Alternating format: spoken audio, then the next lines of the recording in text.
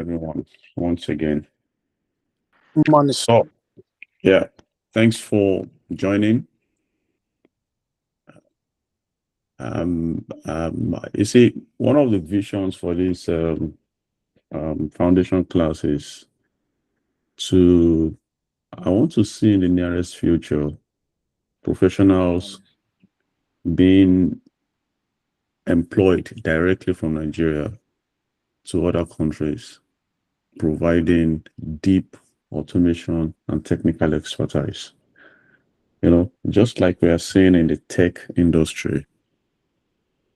I have a few young friends who, they work right here in Nigeria. And because, most of these organizations, for example, Anthropic, employs them as researchers in Nigeria. They sit here, they earn in Forex, very nice pay, and they are doing very great jobs. I'm hoping to begin to see that in our industry, in the automation sector.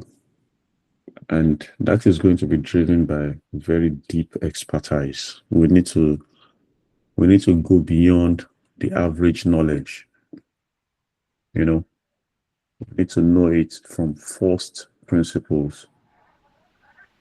Okay, that being said, today we are starting this series. Okay,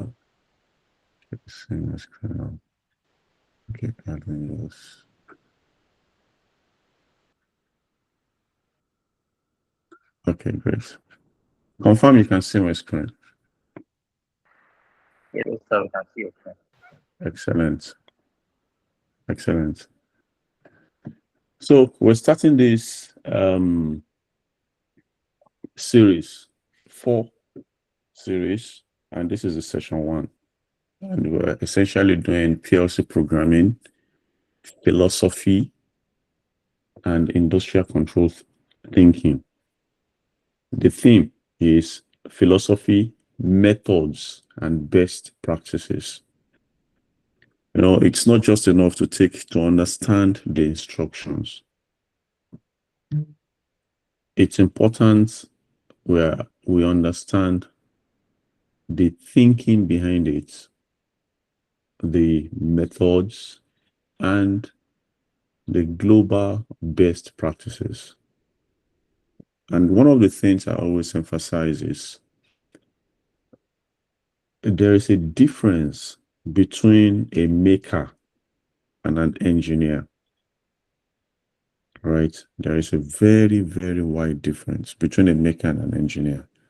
I think the only common thing between them is that when a maker makes something, it works. You see it works. And when an engineer makes something, you see it also.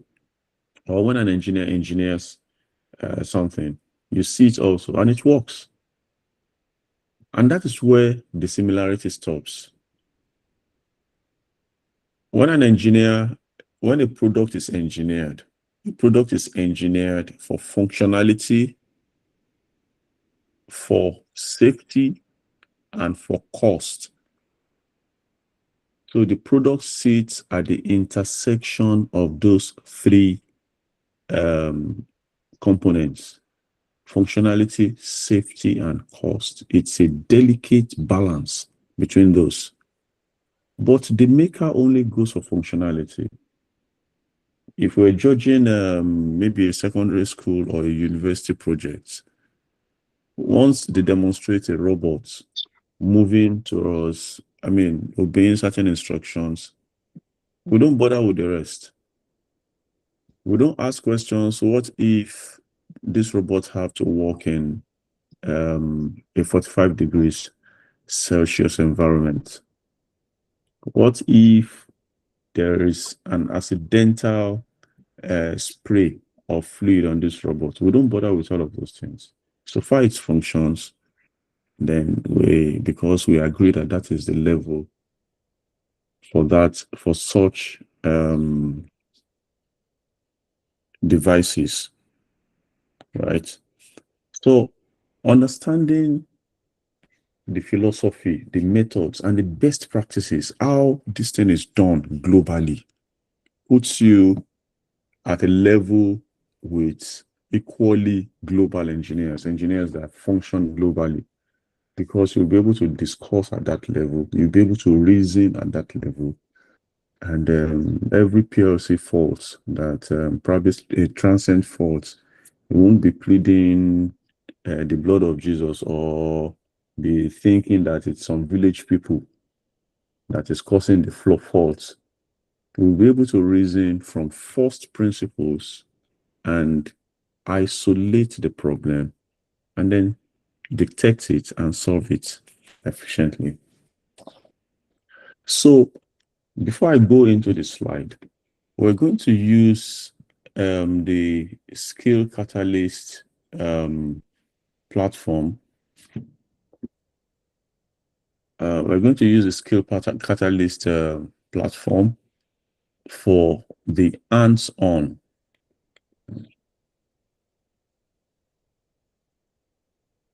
Okay.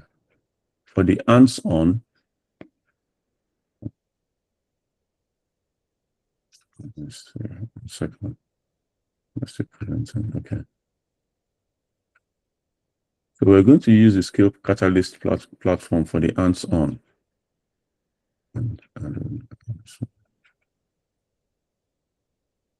Okay. So it will be nice if you have set up an account here. Okay, Kelvin, you have something to say? Hello, morning. How long have you started? Well, it's supposed to start for 7. So we started Okay, 10 minutes after 7. Yeah. So I guess I'm late by 20 minutes. Oh, well. Okay. Yeah. Yeah, I mean, so, you still get so as I was saying, it's you get a free account here for now. The whole of the platform is opened. All the courses, every resources here is opened till the end of the first week of May, right before it is closed, and then there will be the subscription part and the free part, right? So if you go to the, okay, let me demonstrate the use. If I log out, right, and then I click on sign in, right? So please note this platform is in beta testing, so subscription payments are not active. The whole platform is presently opened, right? So someone went to make a payment, so I mean I'll have to refund that.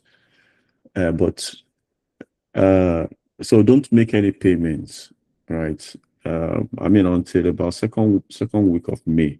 So it is still testing and we are stress testing it. So once you log in, you go to courses, and these are the courses that have been implemented presently. Others are still coming. And then you come to simulators here.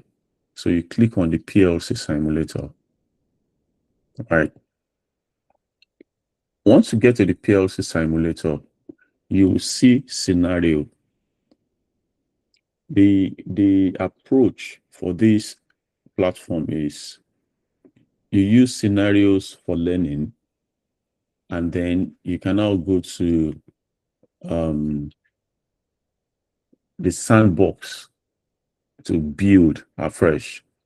Although for this exercise, for this series, I'll show you.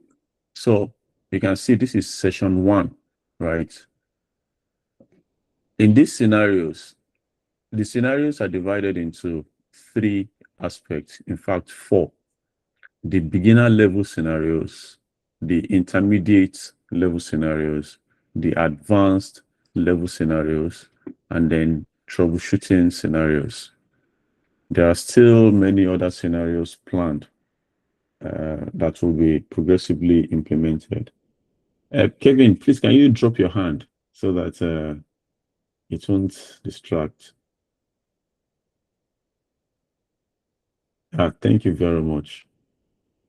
Okay, so all of those scenarios, and for this series, we're using specifically for this PLC series, we're using S101, motor startup, discrete control fundamentals, and then S102, S103.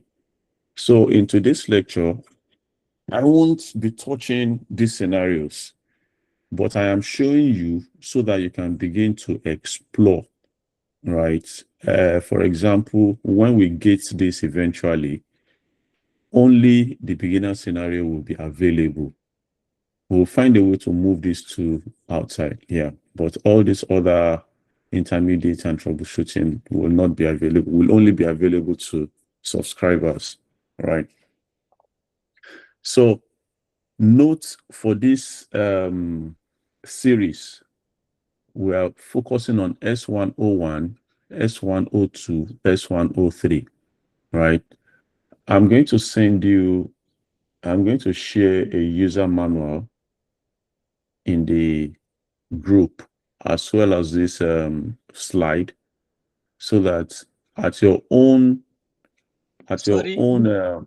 which group? Okay, there is a WhatsApp group. Someone will drop. There is a WhatsApp group that we have, a WhatsApp community, right? So at your own leisure, you can practice. You can go to the platform and practice this, right? So when you look at, so I've selected S101 motor start, stop, right? And you can see a guide here. So if you click on the guide, this one gives you a high level guide, right? Describes the concepts and then the instructions. Then you have the instructions, right? All of those under the guide. And then you have the help, right? So ideally, the scenario is meant to be self-sufficient, right? And you will have your task. I mean, you will see it in the slide now, right? But that is how this works. A working scenario, for example, is this. Let me show you a working scenario. This is not good.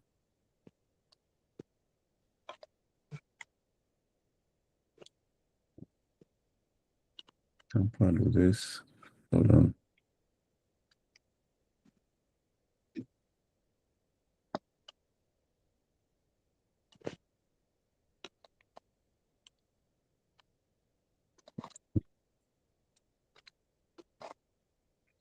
Okay, so there seems to be a bug somewhere.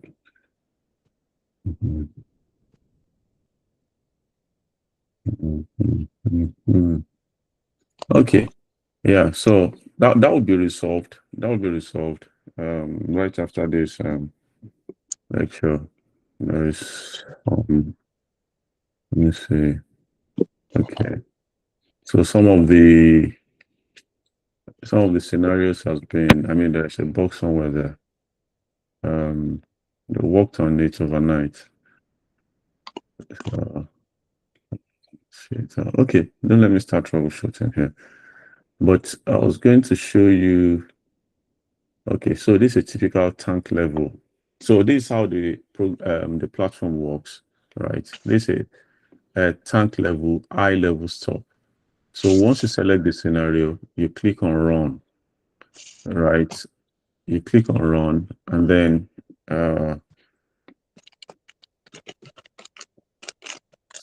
stop. How do this?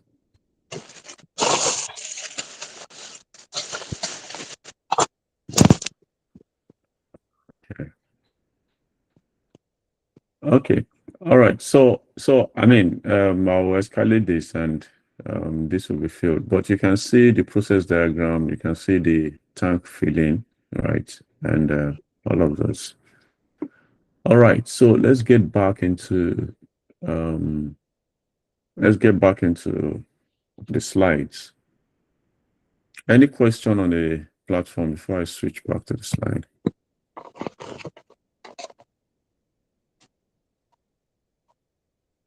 Okay. All right. I'll zoom now.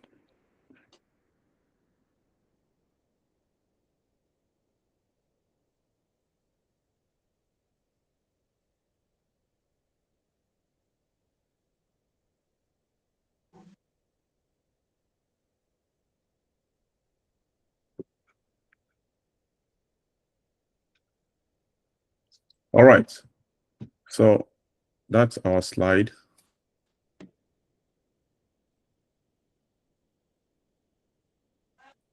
So about the series is built on a single conviction. Engineers who understand PLC programming at the level of principle, you know, they become engineers every industrial project depends on, right?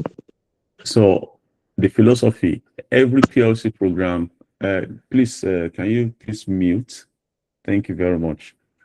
So every PLC program reflects an engineering philosophy.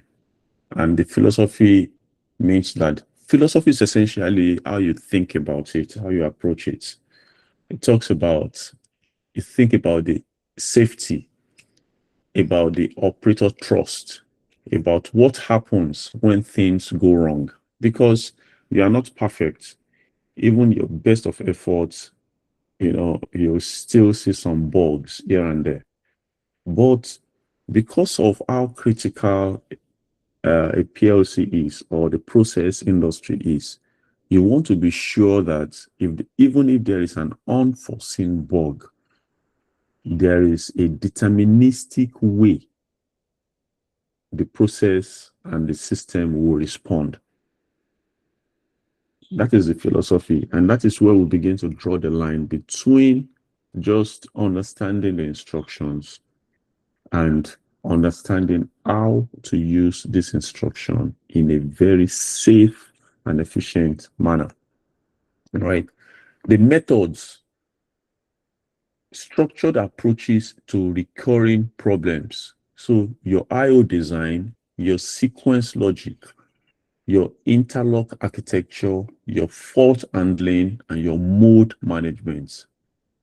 These are not instincts, they are learned methods, right? These are learned methods that experienced engineers apply consistently. And this is regardless of which OEMs hardware they are working with. Whether you're working with Allen Bradley or Siemens or Schneider or Mitsubishi or anyone, right? It is irrespective of it. These principles stand across. That's why I always prefer that there should be, or people that are learning, they should first start with OEM neutral concept, because a PLC is PLC across board. When we begin to talk about OEMs, we are already beginning to talk about marketing. Siemens took the PLC. I mean, Siemens Energy did not develop PLC, right? But they took the PLC concept and they applied their branding, their methods, and everything. And then they are marketing it as a Siemens PLC. The same thing with Allen Bradley. Even Schneider now, which historically developed the PLC, they also have their own line of PLC. But everything works on input, processing, and output, right? And then we look at the best practices, which is the difference between code that works and code that is safe, maintainable, and commission ready.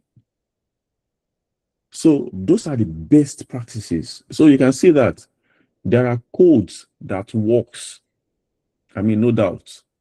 But there are codes that is safe, that is maintainable, and that are commission ready. Easily you can write a code for a PLC today. And that code will be in place for another 15, 20 years. Meaning that if you as a junior engineer, right, or a mid-level engineer, you develop a code for a PLC today, by the time, over the years, you will move out of that job to other jobs, get promoted into higher positions. Other people will need to come and maintain that code. So it is the mark of a competent engineer to write and develop maintainable codes, right? To write and develop maintainable codes. You need to pay attention to the naming conventions, the documentation standards, the alarm philosophy, the safe state design. And we cannot emphasize safety. We cannot overemphasize safety, right? These are the practices that distinguish professional program from a functional one. So you can begin to see that now. One would say, okay, I'm a professional. So if I when I was working with Rockwell Automation, and maybe there is a job in the field and whatever, and probably one of our partners needs to take me to the field and whatever. My own day rate as a Rockwell engineer will be almost times, probably times, maybe times 5 of even the person taking me to the field. Of course, the money doesn't come to me, it goes to Rockwell Automation. But that is where professionalism comes in, right?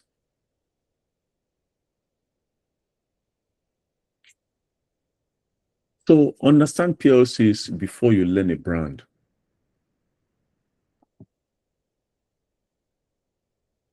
Every major OEM, Siemens, Rockwell, Mitsubishi, Schneider, teaches its own platform first. And the result is engineers who can operate only on one environment. That's what we're saying. And it narrows your scope, right? While I understand that if you are presently on the job, you need to prioritize learning the brand deployed in your plant. But you mustn't stop there. You must spread that tentacles so that you'll be able to function across. These are cheap knowledge. If you understand Siemens, there is nothing stopping you from understanding Allen Bradley, Mitsubishi, or Schneider. It is the way they implement their instructions that is different, and it is their programming environment that is different. And I dare say that there's no one on this meeting presently that even if they give you a software you have never seen before, by the time you spend 1, 2, 3 hours just poking around that software, you will get a hang of it.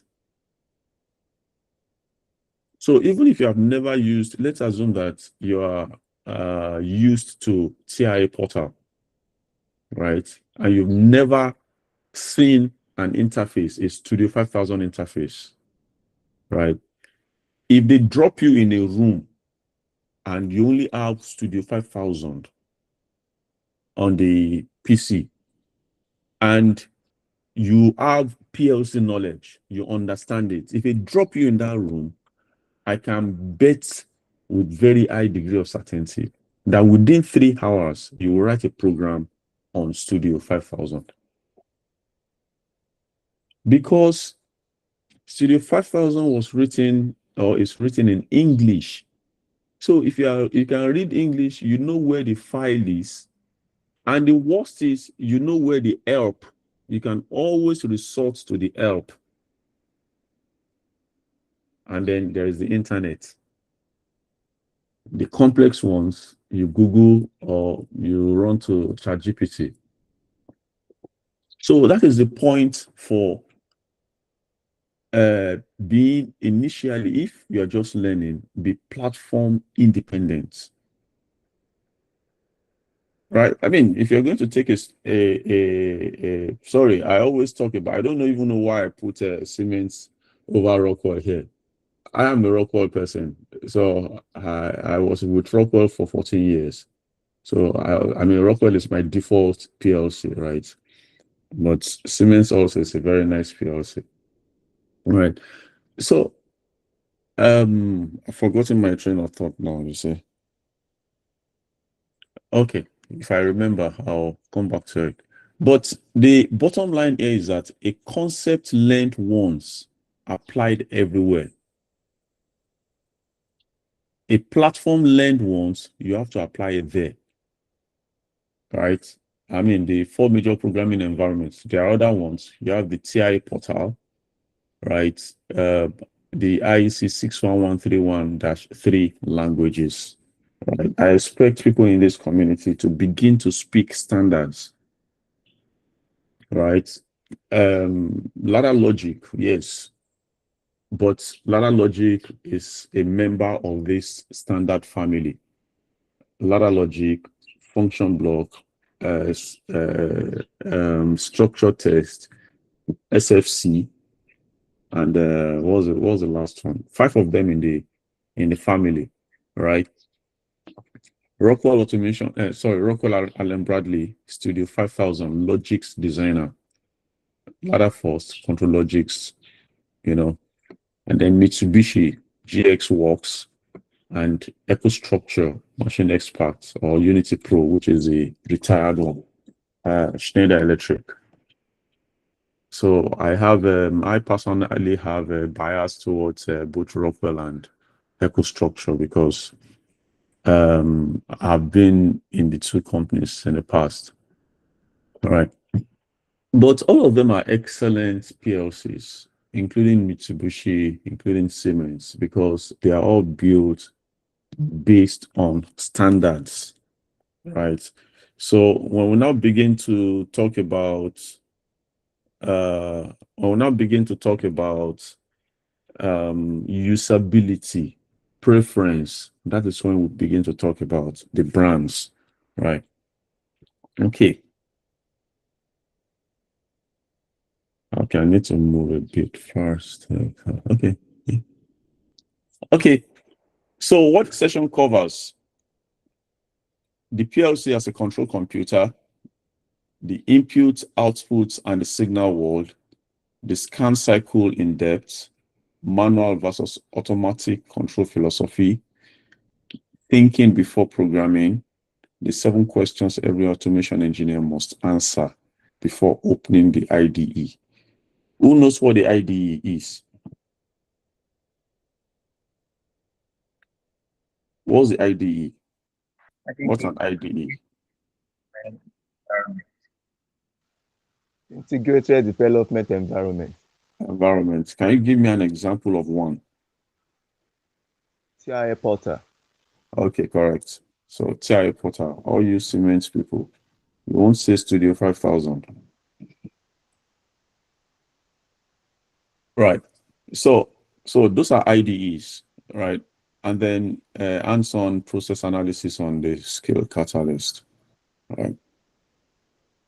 So by the end of this session, you should be able to explain the architectural distinction between a PLC and a general purpose computer, and then justify why determinism, not processing power, is a critical specification in industrial control.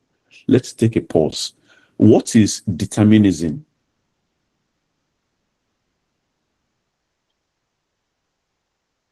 It's worth understanding this term, determinism. What is determinism?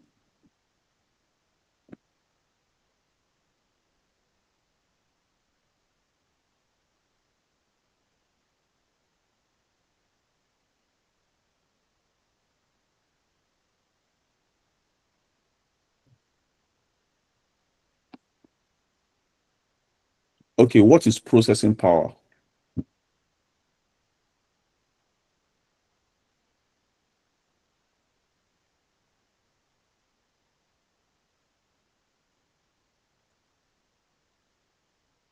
Can anybody hear me?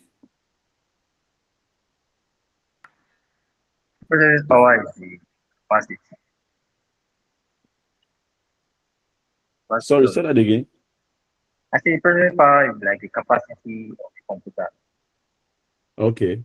The capacity, the processing capacity, the capacity of the computer to run calculations essentially, or to run processes. Yes, that is processing power. Now, determinism, and you will come across this concept in your learning quite frequently. Determinism is a concept that speaks about when you promise that this thing is going to deliver this at time X, you can determine, I deliberately use that term, you can determine that it will do exactly that specification at that right time. I'll say it again. Determinism is when, okay, let me rephrase it. When you are able to confidently say that this equipment is going to do this particular thing at this particular time. That is determinism. An example is this. You have, okay, so your PLC, for example, takes in an input from a sensor, and you have created a set point, and the goal is that if the parameter becomes greater than the set point, right, shut down the motor within 5 seconds. Determinism means that that action will happen as you have predicted it. So, based on this explanation, can we say that ChatGPT is deterministic?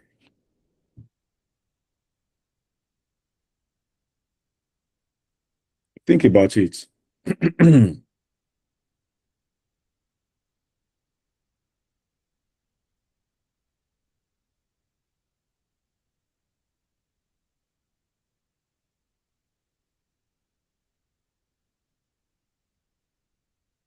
Hello? We've not started though. You're not talking. ChatGPT, is it deterministic? No, it is not. It is not. Exactly. You cannot necessarily predict its output. So ChatGPT is probabilistic. I mean, it has a very high likelihood of being correct, but you cannot rely on that.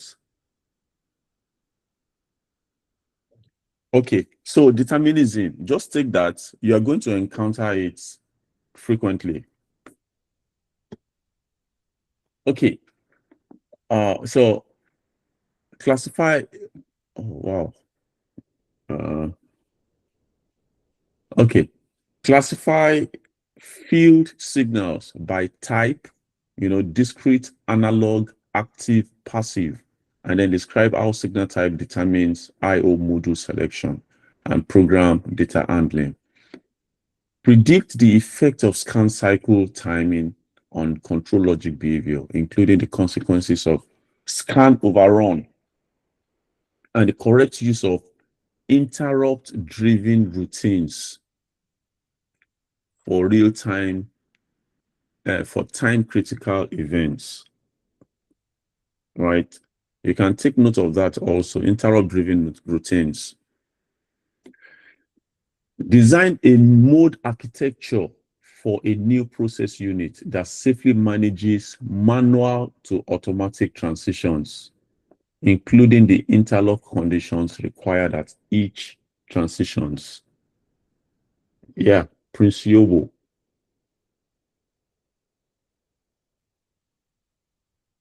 Yeah. Tell me. You raised your hand. Good morning. Yeah, good morning. Yes. I just want to ask a quick question based on that terminology that you have used, this determinism and the processing power. So, based on your experience so far in the field, can you justify which of the PLC brands has this determinism and the processing power?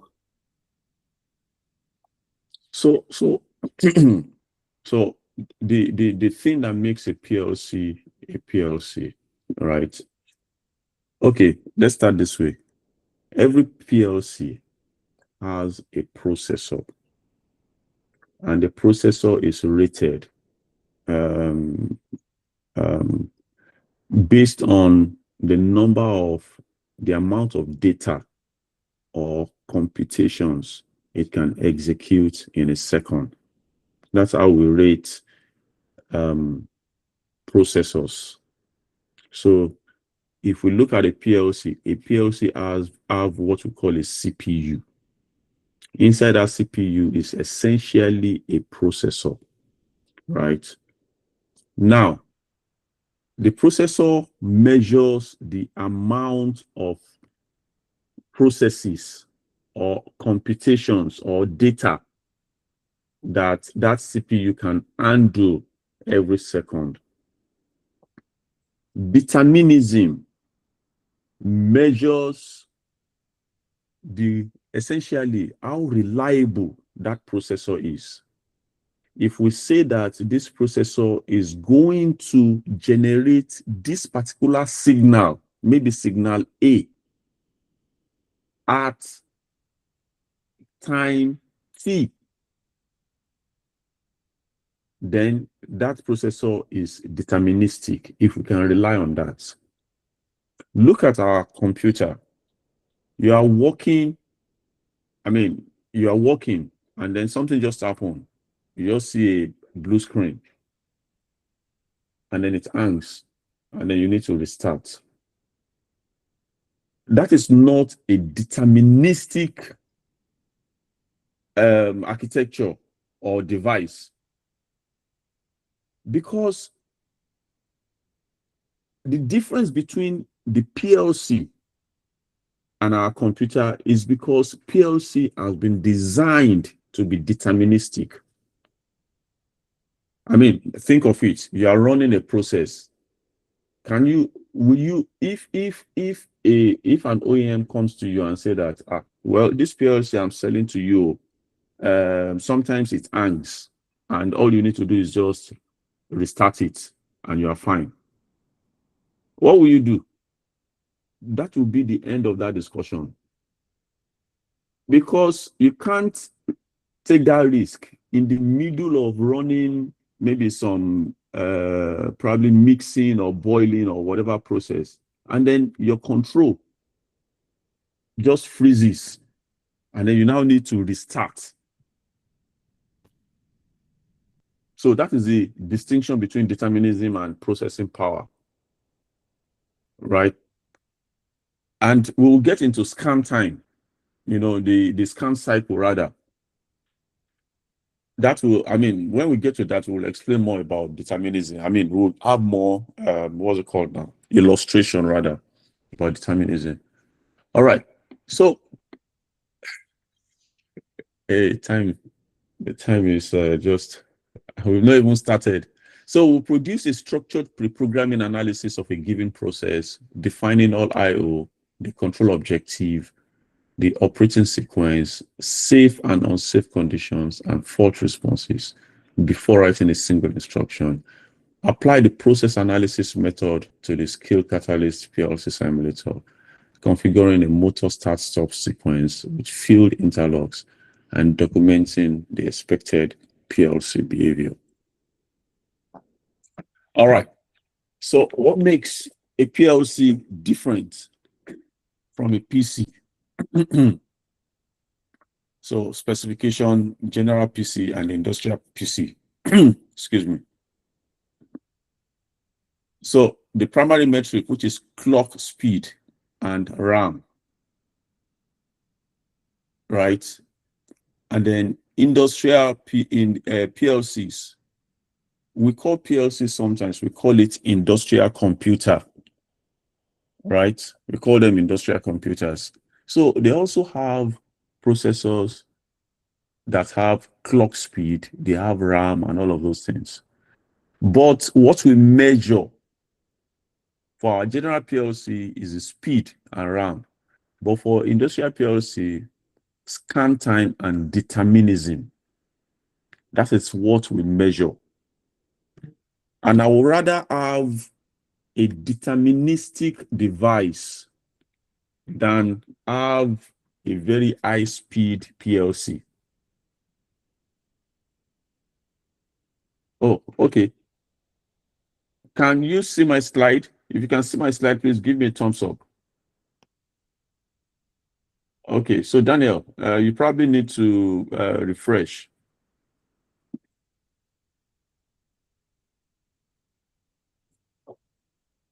Yeah, okay. So Daniel, you can refresh. Others are seeing the slide. I can see the So- slide. It's not me that- You said? I can see the slide. It's not me that. Oh, okay. Oh, okay. Okay, it's not you. Okay, that's Yusuf Babatunde. Okay, right. So you need to refresh. Okay, so scan time, which is very key, and we're going to spend time discussing the scan time, right? And determinism. Then the operating system, we use Windows and Linux, real-time OS or bare metal. Embedded system people will understand what bare metal and RTOS means, right? That is the software that runs the PLC, right? Then program execution. This is event driven and it is asynchronous. Industrial PLC, it is cyclic scan and it is synchronous. It is time based. For your computer can be working out. You slot in a USB, so many things happening simultaneously. But that's why we say that the operation is asynchronous. But for industrial PLC, it is synchronous. And then with the I/O, you have USB GPIO, which is fragile. Here you have industrial rail-mounted I/O, right? Rugged.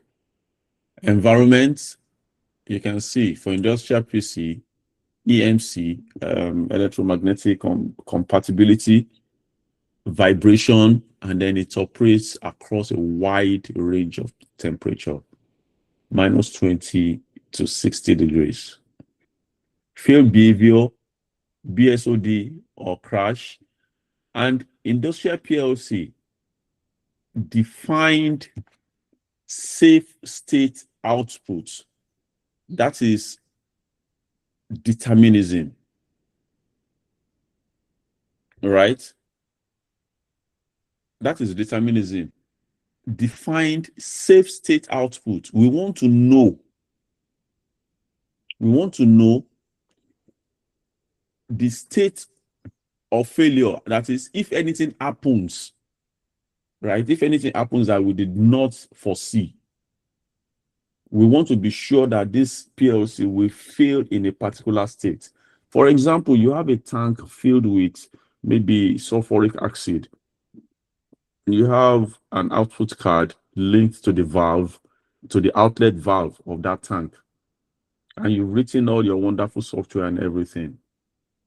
You want to put a caveat in that software, in your program, that if anything happens, so if my output card fails or whatever fails, that outlet valve will fail shut or fail close. Even if it was opened, you want to be sure that you contain that sulfuric acid, because you don't want to leave it open and it's just flowing to wherever you don't know.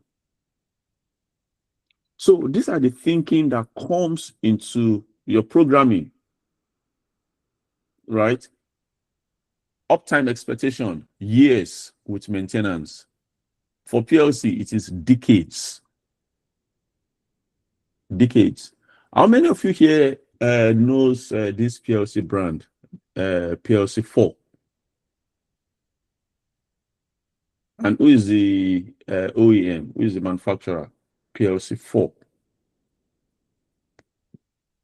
There is PLC 4, there is PLC 5.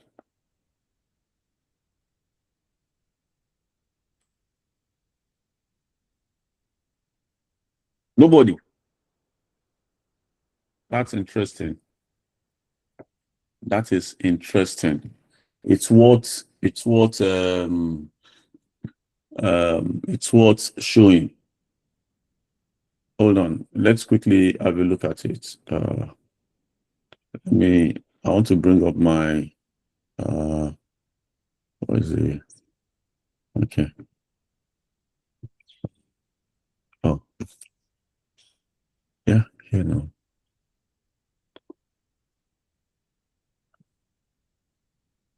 Sure.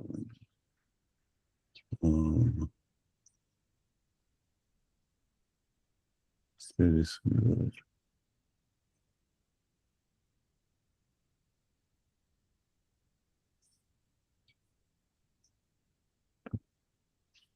One second.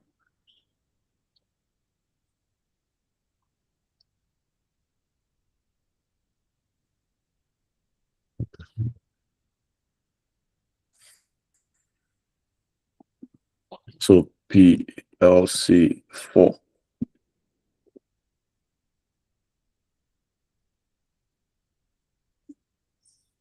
Yeah.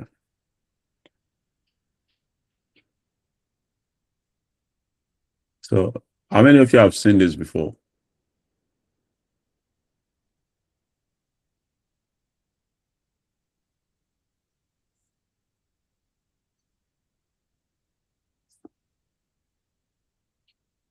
That's PLC 4. All right. I'll just mention something about it. Let's see.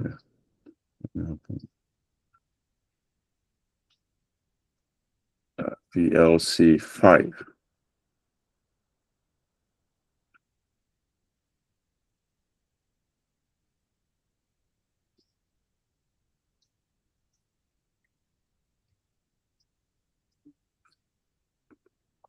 So that is PLC 5. No, it's not Mitsubishi, it's not Siemens, it's Rockwell Automation. And can I tell you one thing about these PLCs? These PLCs, they were released maybe 50 years ago. Yeah, easily 50, over 40 years ago. PLC.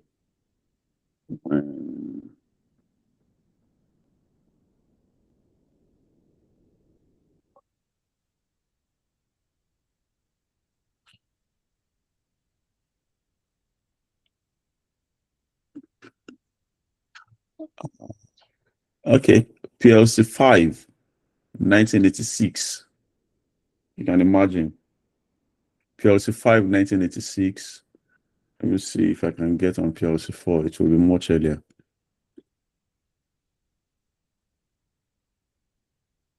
Yeah, PLC 4 in the late 70s, PLC 3. Yeah, so you can see the point I'm trying to make here, right? The point I'm trying to make here is that you will not believe that we're still using PLC 4 in Nigeria. No, sorry, PLC 5. Is it PLC 5 now? I think it's PLC 4. And one of the biggest companies in this country is still relying on PLC 4 for production. Who can guess that what that company is? Which company is that? Although this information I'm giving you is current. This information I'm giving you, I saw the PLCs myself when I visited the factory. I think this should be maybe just before COVID. Yeah. It should be around 2019. Yeah, about 6 years ago. About 6 years ago. I saw These two PLCs, I saw this PLC operational in Port Harcourt and in Lagos, factories in Lagos. In Lagos, Tower Aluminium. In Port Harcourt, in Dorama. So that is to explain to you this concept of determinism, right? To explain to you this concept of uptime expectation. You can just imagine. In fact, I need to go and investigate when was Indorama built, because Indorama used to be Element Petrochemical. When was it built? Because when it was built, it must have meant that PLC 4 or PLC 5 was still in service. Right? It was still in, if I look at my archive, I'm sure that all the pictures and everything will be there. I'll find time to look for it. But it was still in service, and they are still running a critical plant. Let's even say as of 2020. Because when I spoke to them, that upgrade, they said, come on, it's working. And then the cost of upgrading is a lot. Why? Because you need to shut down the plant, and such a big and massive plant, if you shut it down for 1 hour, you probably will be measuring your losses in millions of dollars. All right. So you can begin to see the uptime expectation and the difference between the general PLC and the industrial PLC. I'm taking my time to go through this so that we can build this solid foundation. The focus of this group is foundation. It's not that you cannot read or study on your own, but by the time you have this solid foundation and you begin to build and add knowledge upon knowledge upon knowledge on it, it's going to be very solid. The structure is going to be very solid. All right. So, Mr. Olalekon, when you see PLC 4, just prostrate and say bros, because PLC 4 no be your mate.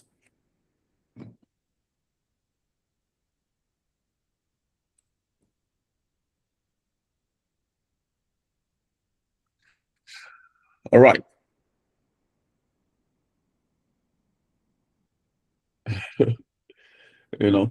Is there still OEM support for PLC 4? No. There is no OEM support. So what happens is, for such organizations, they would have stocked a lot of spares. I did that program for a okay, so after PLC 4, right, we've had I'm focusing on Allen Bradley now. After PLC 4, so there was PLC 3, PLC 4, PLC 5, then Sleek. That is SLC, the SLC series. We've had those. SLC itself was released, I think, in the mid 90s or thereabout. SLC itself is obsolete. So when some plants back then, in the around 2018, between 2015 and 2020, right? Some plants I visited, they were running the Sleek SLC. We call it Sleek. So if you hear me say Sleek, it's SLC. They were running the Sleek series, and I informed them this thing is going to be obsolete. And when a product goes obsolete, it means that the manufacturer will have limited support for it, and they won't manufacture spares for it again. So the idea we give is that I'm giving you, as my customer, this information. Go and mop up spares globally. I won't mention the name of it. I know a company that bought $800,000 spares, worth of spares, because as of that time, I think for the next 5 or 6 years, there was no part to an upgrade for them. So we created that program for them, And then we were sourcing through everywhere, including eBay, right? We were sourcing and then mopping up all of these parts. A company in Nigeria, right? So that's what happens. It's not being supported. All right. So input signal classifications. We have the discrete inputs and we have the analog inputs. So discrete inputs on or off, they have only two states. The PLC reads a bit 0 or 1 per input channel. So you have your push buttons, you have your limit switches, you have your proximity sensors, you have your float switches, you have your relay, contactor auxiliary contacts, you have emergency stop contacts. So all these things now, these are the physical equipment that you are now going to use a program to represent. This is where you begin to use your XIO or XIC instructions. Examine if open, examine if close instructions. I know I'm making some assumptions. I mean, one of the challenges of classes like this is that you are not sure the caliber of people in the class, whether complete beginners, mid-level beginners, or even experienced. I know it's a mix of it. So that's why I entertain questions every now and then, right? So if I make an assumption that's not clear to you, just drop your question and we'll try to clarify or reason through it, right? So so these are the things you tie. So for every push button you use, you tie it to an instruction, whether an XIO or an XIC, right? And then your continuous variable, so your analog inputs, the PLC reads a scaled numeric value from an ADC channel. So because of the timing we have for this tutorial, we'll not be able to go through this, but there is so much to unpack here. There is a paid class, which is very, very low cost, right? And it's actually going to go up very soon. Presently, it's supposed to be 100K. We upped it to be 50K, right? And then even at that 50, people, you pay 30. If you score below 90% in the assessment, final assessment, you will need to refund, add an additional 20 to make it 50. But if you score 90 and above, then you get away with the 30K. And I can tell you, not because I'm the one taking the class, right? 30K is a very massive amount of money, right? But I can tell you that class, we go very, very deep in all of this. You can ask people that are the cohort 1 presently running the class. All the basis of this 4 to 20, 0 to 10, RTD, all these pressure transmitters, gauge, differential, flow transmitters, level transmitters, we treated all of those in very, very deep details. We are presently on PLCs, and the simulations also are very solid. So I think we extended the registration it was meant to end yesterday, but it will end on Monday, and we're going to have our information session on Monday evening. So if you can get on it, even if you don't have the full amount, you can do the part payment and then over the 6 weeks. But you can reach out to Aure on the group, and she will give you the guidance. So thanks for that commercial break. All right, so that's but realistically speaking, the analog inputs, there is so much to unpack here. You know, how to calculate the values between 4 to 20, your engineering values, you know, your raw count, and all of those things. All right. Okay. Then we have the output types and field devices. You have your relay outputs, which is volt-free contacts. Principal. Yeah, Mr. Money. Sorry, I Mr. just have a quick question with the last slide. Okay. Sorry, I have. So, please, can you quickly just differentiate between this flow switch and the flow meter? How do you differentiate the difference? There is flow meter here, flow transmitter or flow meter, but there is no flow switch here. This is float switch. So, a flow switch, I'm not sure if there's a flow switch. If there is a flow switch, I think there should be. But the key term here is switch. So you can have a level switch, right? Okay, there's no level switch here, but you can have a level switch. You can have a pressure switch. In fact, there is a flow switch. Switch or switches, they only have on or off. So they only represent status, right? Status. Is there pressure? So for the switch, you would have set it at a particular pressure. Maybe if you have a pressure switch, for example, right, and you set it at maybe 1 bar or let's say 10 bar.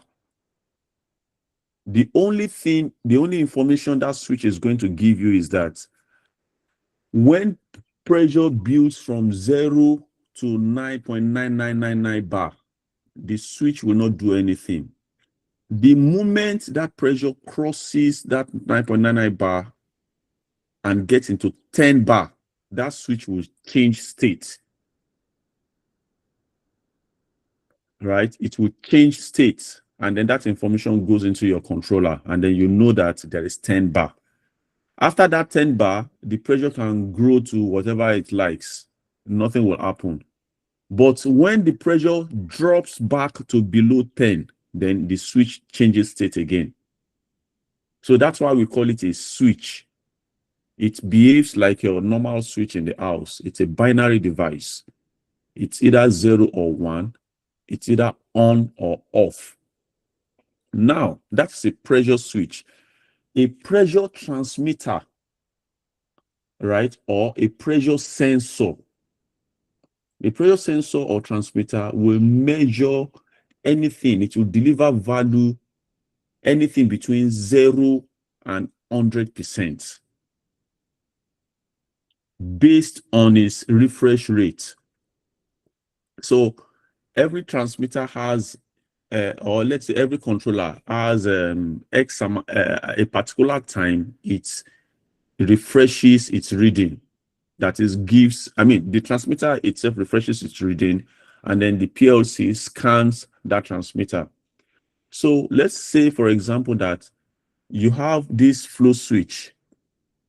Well, why would you use a flow switch? There might be a reason. Let's assume, for the sake of this discussion, you have a tank filled with gas, and then you install a flow switch in the tank. You want to know when that gas gets to 10 bar, right? The maximum amount of gas that tank can contain is 100 bar, right? So you install a flow switch, a pressure switch and a pressure transmitter. That pressure transmitter will give you information when that tank is 0 psi or 0 bar, 1 bar, 2 bar, 3 bar, 4 bar, 5, 10, 20, 30, 50, and 100. The flow switch will only give you information when that tank is 10, when that pressure reaches 10. So that's the difference between the two.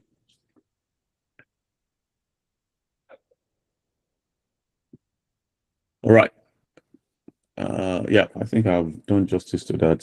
If you need clarification, you can drop it in the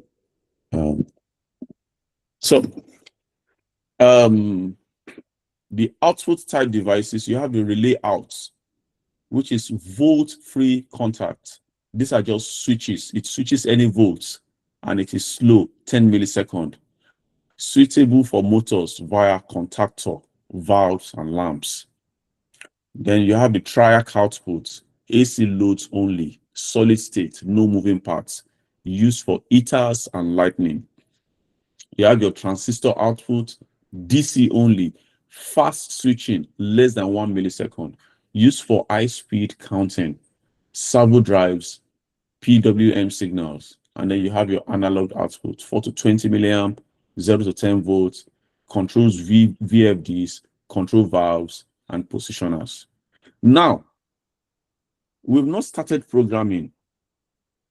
We've just started writing instructions, PLC instructions, but you can begin to see that even when you are writing your program, you need to have an understanding of the kind of output device you have. Look at this relay output now. It is slow, 10 milliseconds. This is where you begin to factor in the scan time of your PLC. Excuse me. The scan time of your PLC into the program you are writing. Right? This one is 1 millisecond. So you can begin to see the effects of scan time. All right.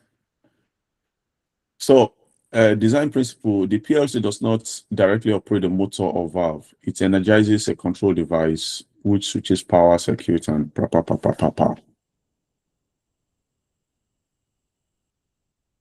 I mean, of course, that's clear. The PLC operates at 24 VDC. The motor may run at 415 VAC. So you need to understand that interface between the two, right? Failure to understand this boundary is a commissioning risk.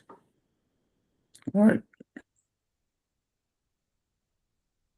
Let me ask these questions. How many are actively working presently in a factory or manufacturing plant, or how many people?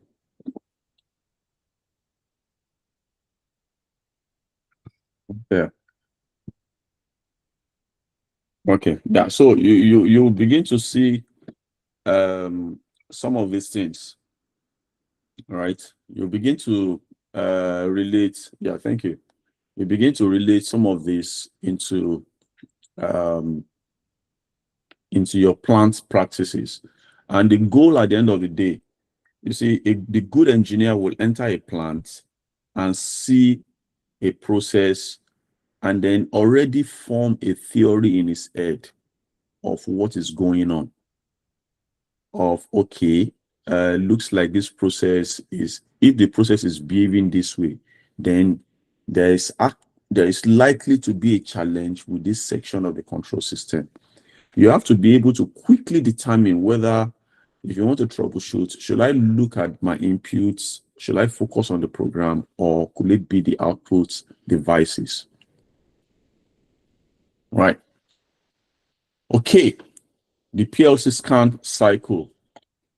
That is the execution model, right? I mean, this is generalized. You read the inputs. So all physical input states are read into the process image input table.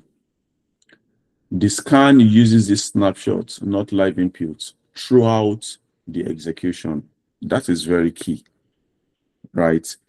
If the total of your scan cycle is, let's say,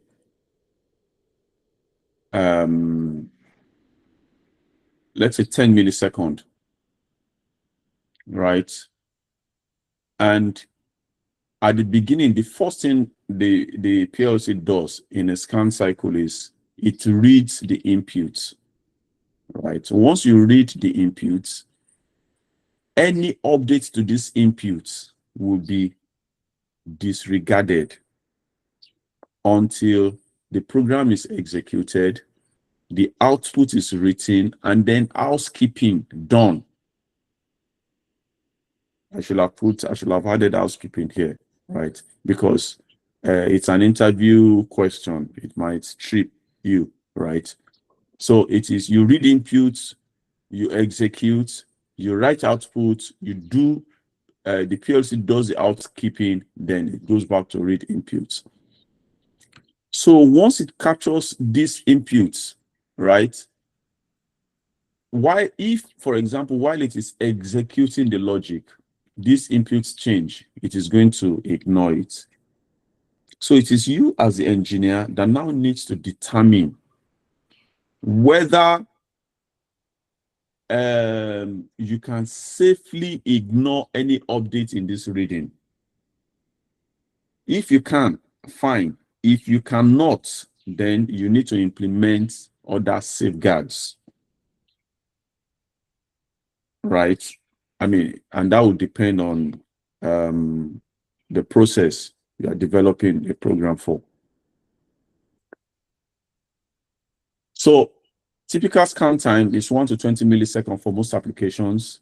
Scan overrun. If execution exceeds the watchdog timer,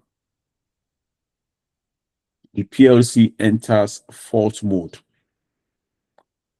Interrupt routines for events faster than the scan, encoder count, high-speed pulses, you use hardware interrupts. That is very critical, right? And you should take note of this and go and understand it, right? I encourage you, we have a discussion forum on the Skill Catalyst platform. You can drop questions there, and let the whole community brainstorm. Let's argue and do all the back and forth, and learn together. So Siemens called this the OB1 cycle. Rockwell executes within the controller task. Mitsubishi uses the main routine cycle. Schneider uses the masked task. Same model, different terminology.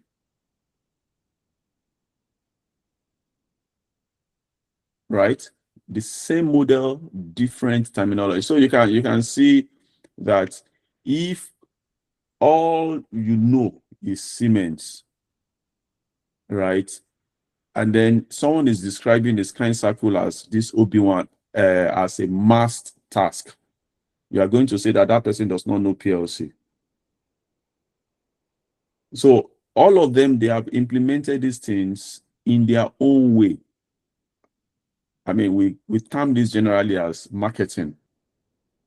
It is the name, for example, Skill Catalyst is essentially a simulator, right? But marketing is Skill Catalyst. So give it a name that is relatable, and and people can learn, right?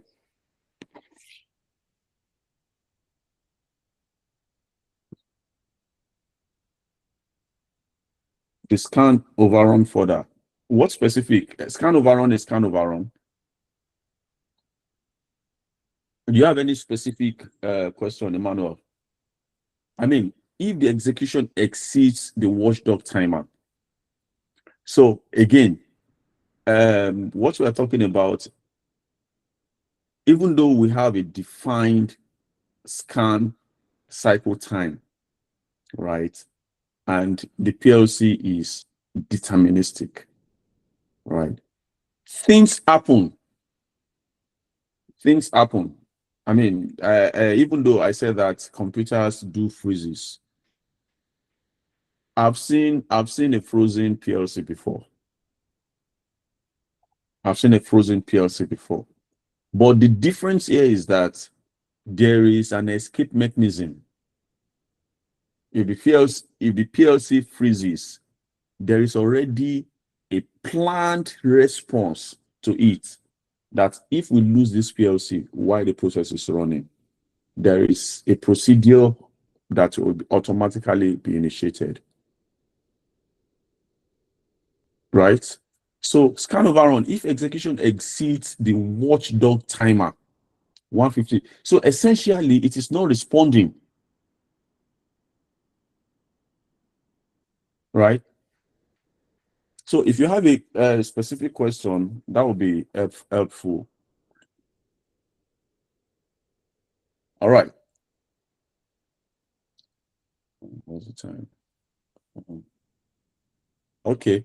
So the scan cycle implications for logic design. I guess we're going to continue this. We won't go to session 2 next week because we still have quite a lot to do and time is gone. I want to give about 5 minutes. I thought I would be able to stop by 8:30 exactly, but I can give 5-10 minutes for questions before we leave. So I will stop at this scan cycle. Right.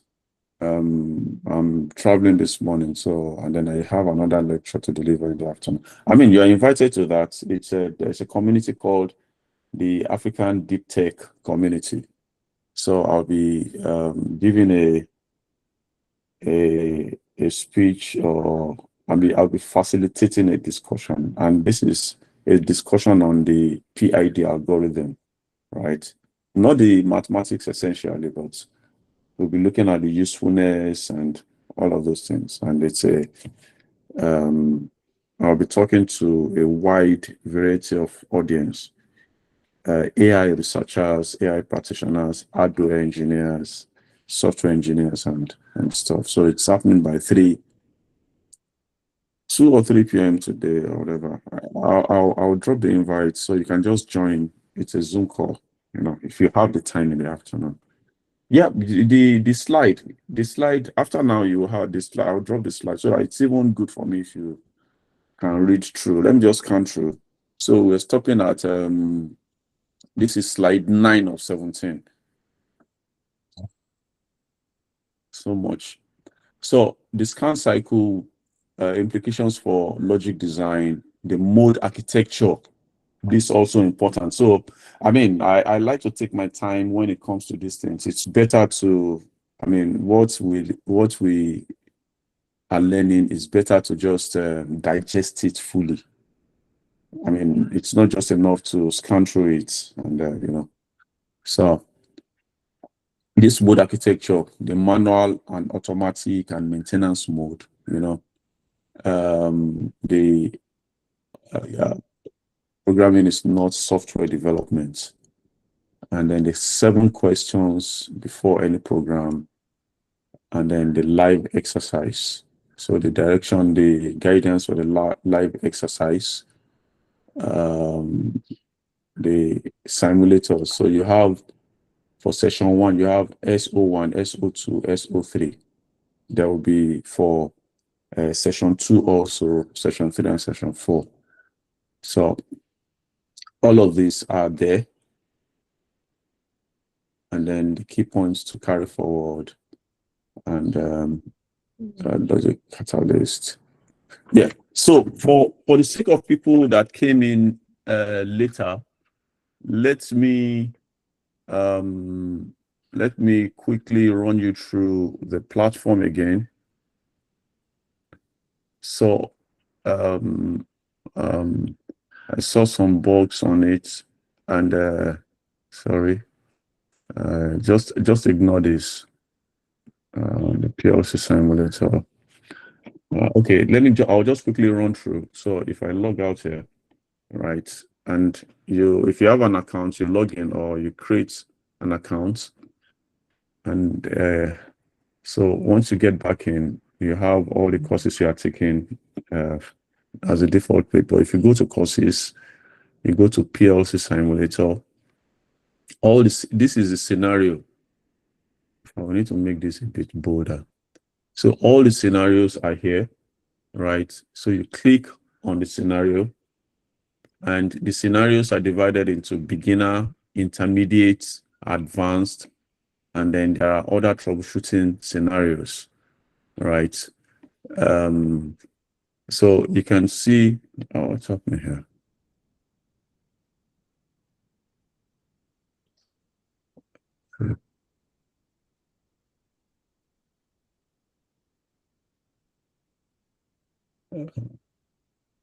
Okay. Yeah. So you have the scenarios. So this is S1. Okay. So if you on the slide, you'll see S101. This is session 1 scenario, session 1 second scenario, session 1 third scenario. So all the 3 scenarios for each of the session. I mean, of course, we can't finish all of this in one sitting, but yeah, you will get the slide. You'll get the slide. Yeah. So for each of the scenario, the goal is for you to go and practice.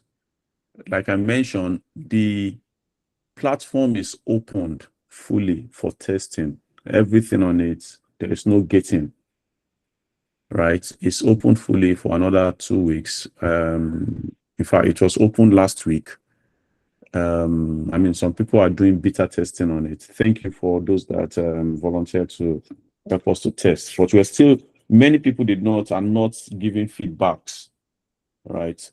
So please just add your feedback and everything. It helps us to correct all the little whatever there.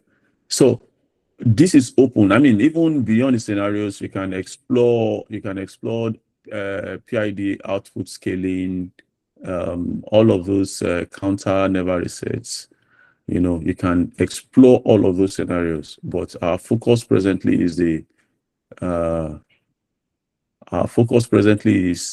S101, S102, S103. That is what this slide speaks about. And the way it works is this: you write your program here, right? You write your program. This is the instruction, right? You read all of this. You can see your common mistakes, right? The aha moment, right? So, and then this is the instructions: examine if close, IO, OTE, and all of those things. So it's almost self-contained, right? And then of course, you have the help if you run into problems, right? You can have that. I'm going to share also like a user manual for these scenarios in the group, but I've not finished working on it. Probably later today I'll share it. So you have the whole of the week to run through it. And it will be good if you can do all the scenarios in the next 2 weeks, because it will be locked for subscription in about 2 weeks' time.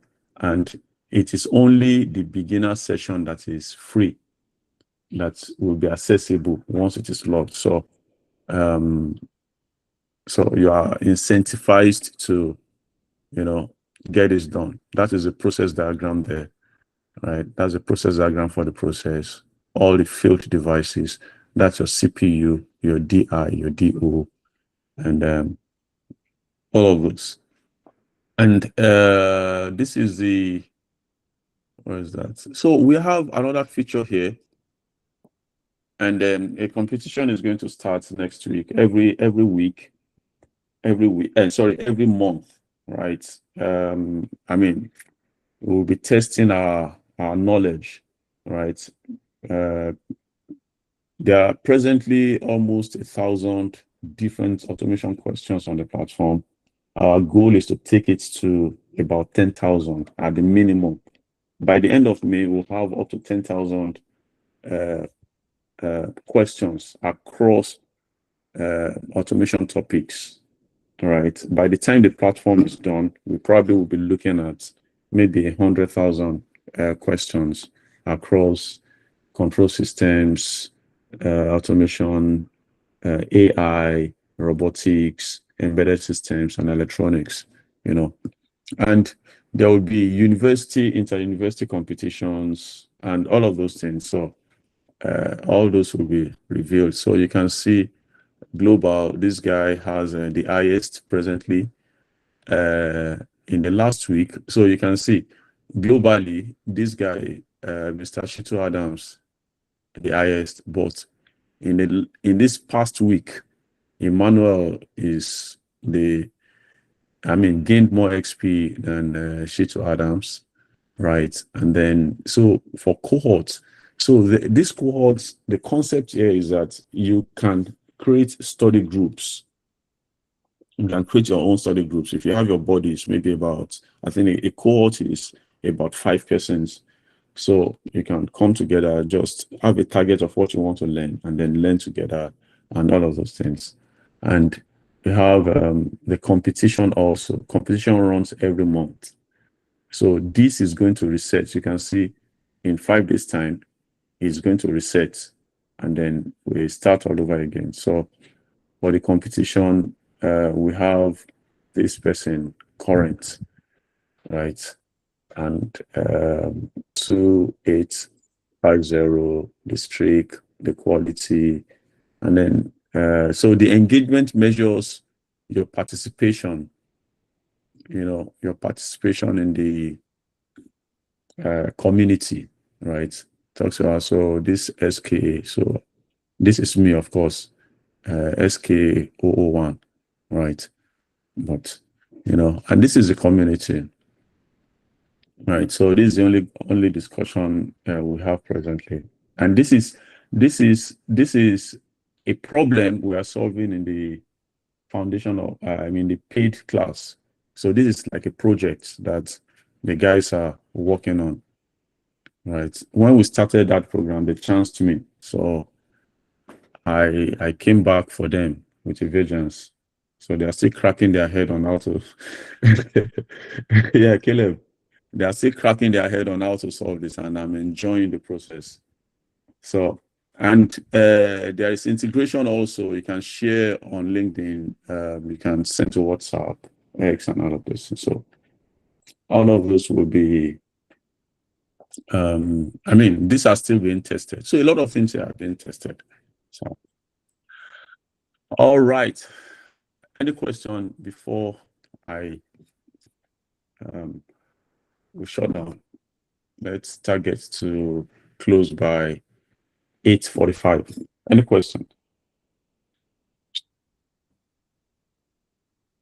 The link to the software has been dropped on the skillcatalyst.com. That is the platform. Mackenzie Ubani. Okay, sir. Link there is there. Okay. Any question? Like I said, this will be dropped on the platform almost immediately. Yeah.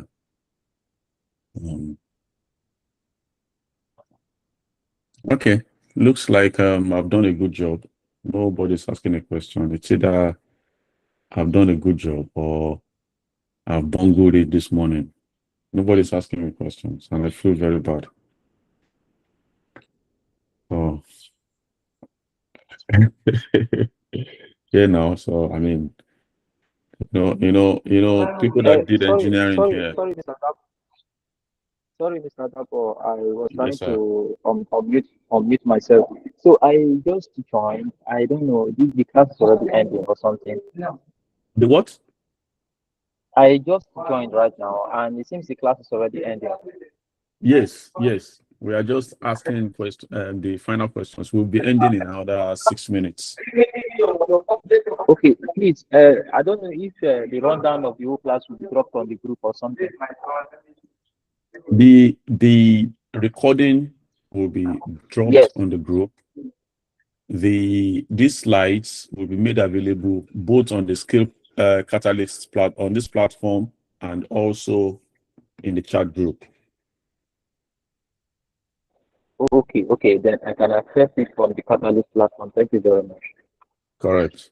Yeah, the link to the chat group is also there in the message. If you want, we are a community of almost 700 persons, so you can get on to that if you want. Yeah, Olalekan.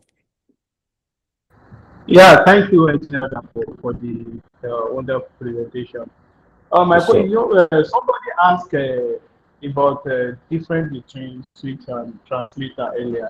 So I don't know if it's actually possible to use a transmitter and a switch. If that's possible. To do what? To use a transmitter as a switch. In the same process? Yes, for a process. Like I know maybe for a particular you're trying to check a particular level, and maybe since transmitter actually it takes continuous reading, maybe it only gives output at certain level. If it is at 50, it gives output. If it is below 50, it does the like. Maybe using it as a switch, or maybe it requires some configuration to be used as a switch. Something like that. Okay, you are asking if a transmitter could be used as a switch. Exactly. Yes. Yeah, technically you can use it as a switch. If I put on my engineering cap, I'll wonder why you want to do that, because it's more expensive. It's much cheaper to just get a switch and then get the function of the switch. But if you want to, technically speaking, it is possible. All you need to do is set an create a set point on your HMI. The transmitter will continue to send you data as, let's assume a level filling process, right? The transmitter will send you continuous data. Then on your HMI, you can now set an alarm. Maybe if when the level gets to 10%, give me an indication. If it gets to 20%, 25, 30, and so on and so forth. So that way, it will still serve the function of a switch. But the switch, oftentimes, we wire it to an actuator. Sometimes, that once you see this, let this happen. All right? Other times, we wire it into an input, a PLC input. So it depends on the application. You can always create any set points. Sorry, what do you call it, set point? You can always create any set point between 0 and 100% for a transmitter.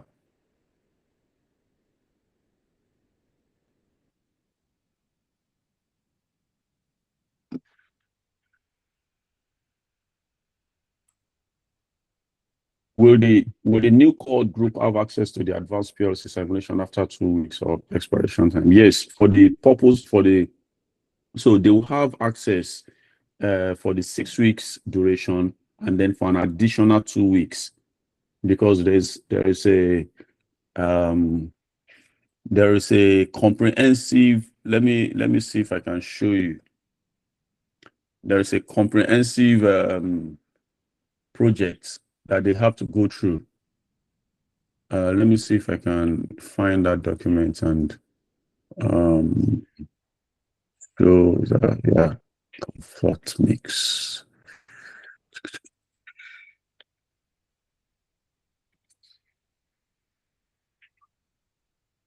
There's a comprehensive project that they have to. Let me show you.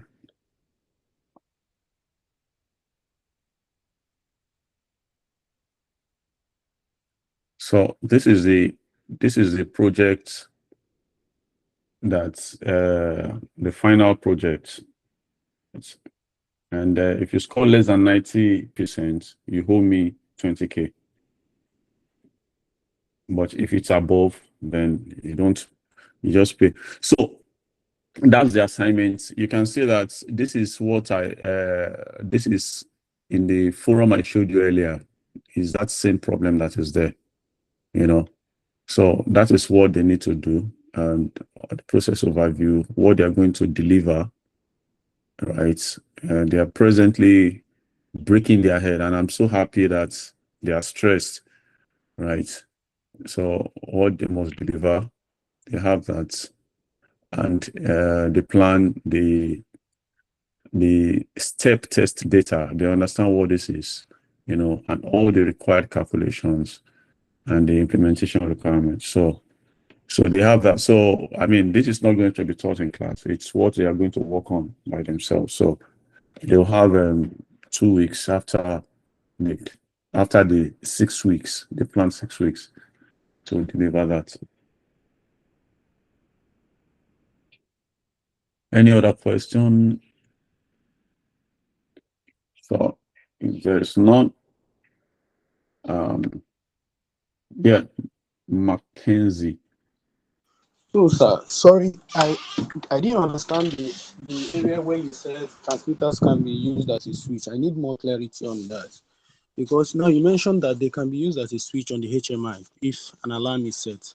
So are there no basic programs that will be written to back it up? So it's essentially it's how you want to use it. Now, what is it? Let's go back to the function of a switch. You want if you treat your girlfriend badly, she can switch on you, right? She can switch from. You can relate, Abby. Yeah, I can relate. So it is an immediate change in state. It changes from 0 to 1. So you have created a setting that at 10 bar, this normally closed contact should change state to normally open. Right? That is what a switch does. Meaning that once you see that change on that switch, you automatically know that it is 10 bar.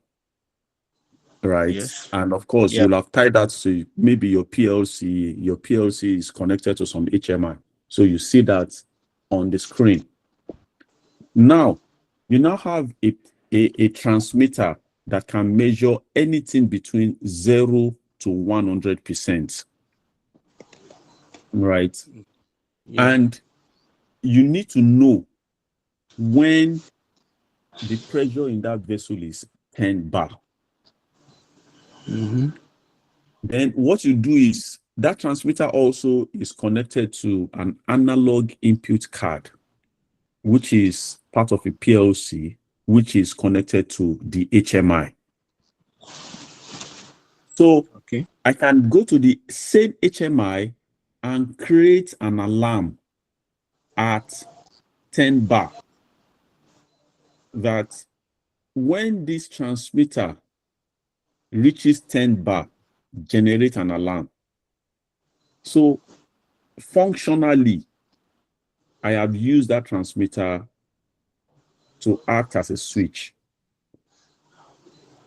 The difference between the two essentially is that a transmitter is analog.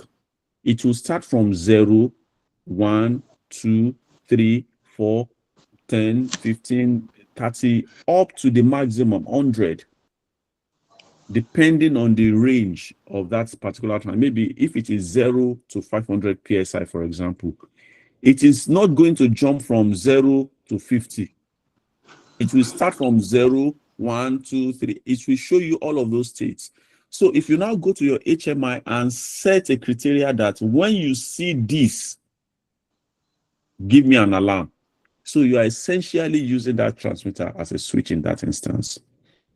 But I now say that it is easier to implement, to use a switch if all you want is on or off when an event occurs, as opposed to using a transmitter. I mean, cost-wise, it's cheaper to use a switch. And all the devices, most of the devices, for example, on the conveyor belt, we use proximity. Proximity, they are switches.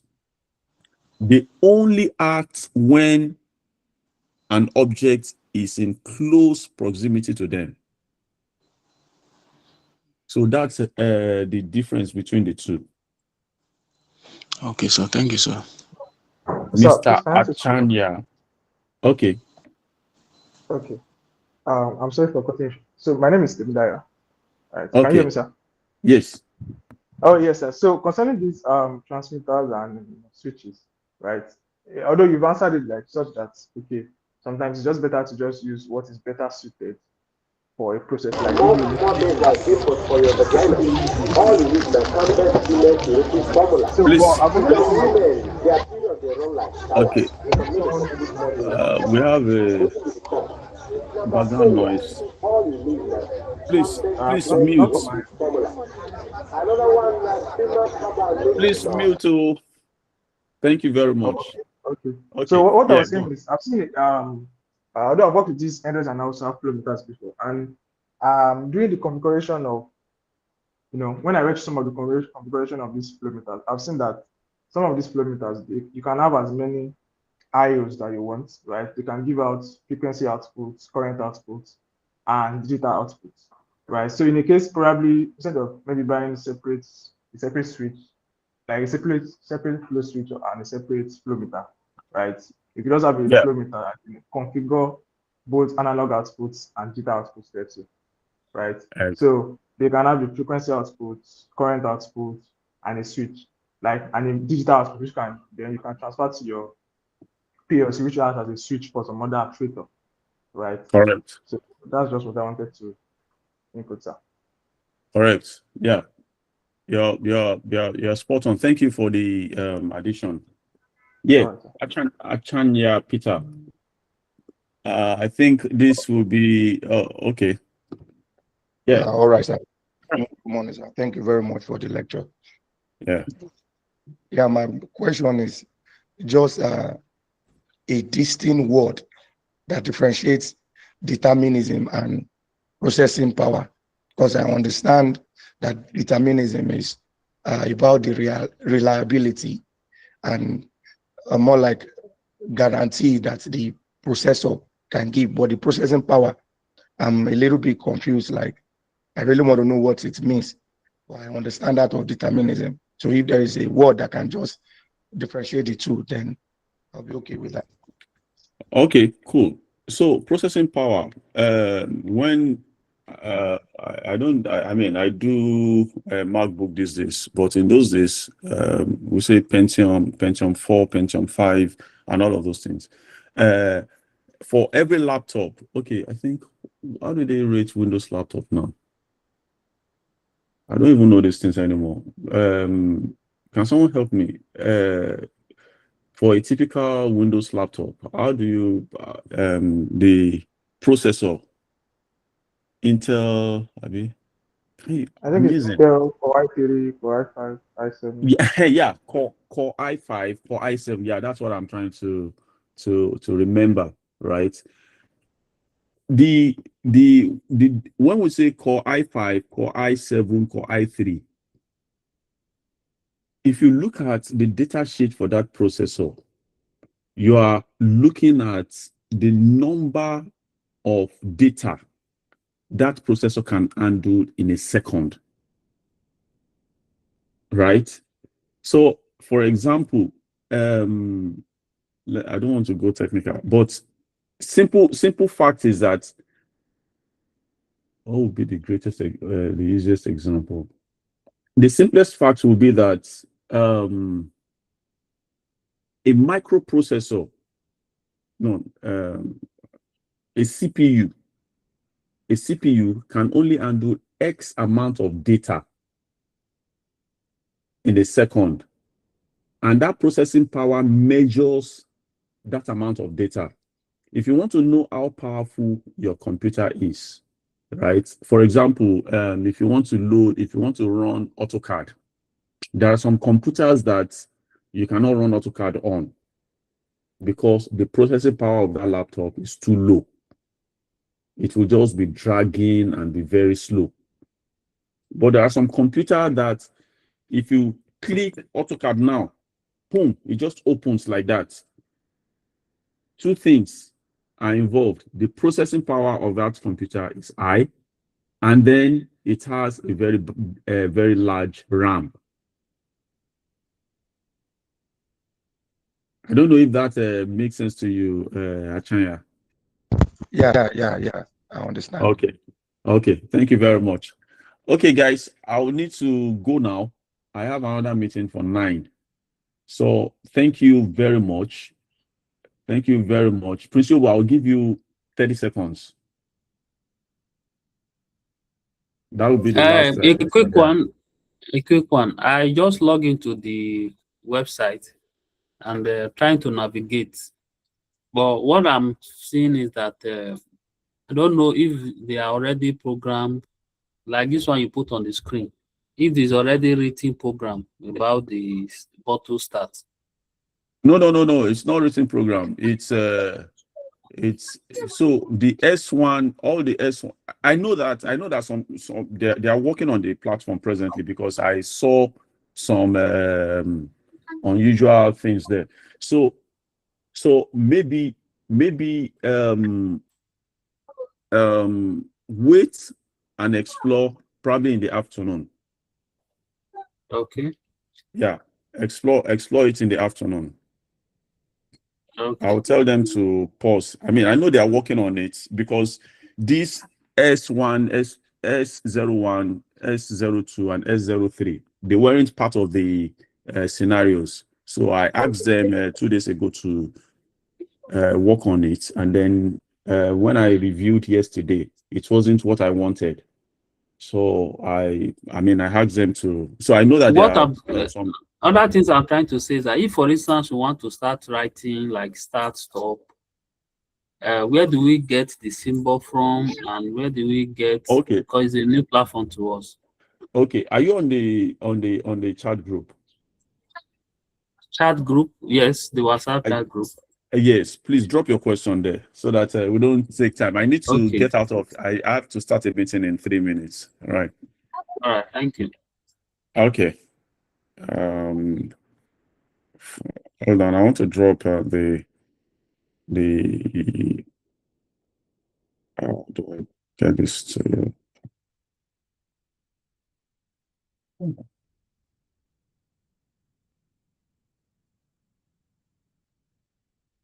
So that's the Zoom link for the event this afternoon. I don't know if you can take this. Okay. But the information will be on the group also. Okay. So guys, thank you very much. Have a beautiful day. I need to get off now. All the materials will be shared. Yeah. Bye.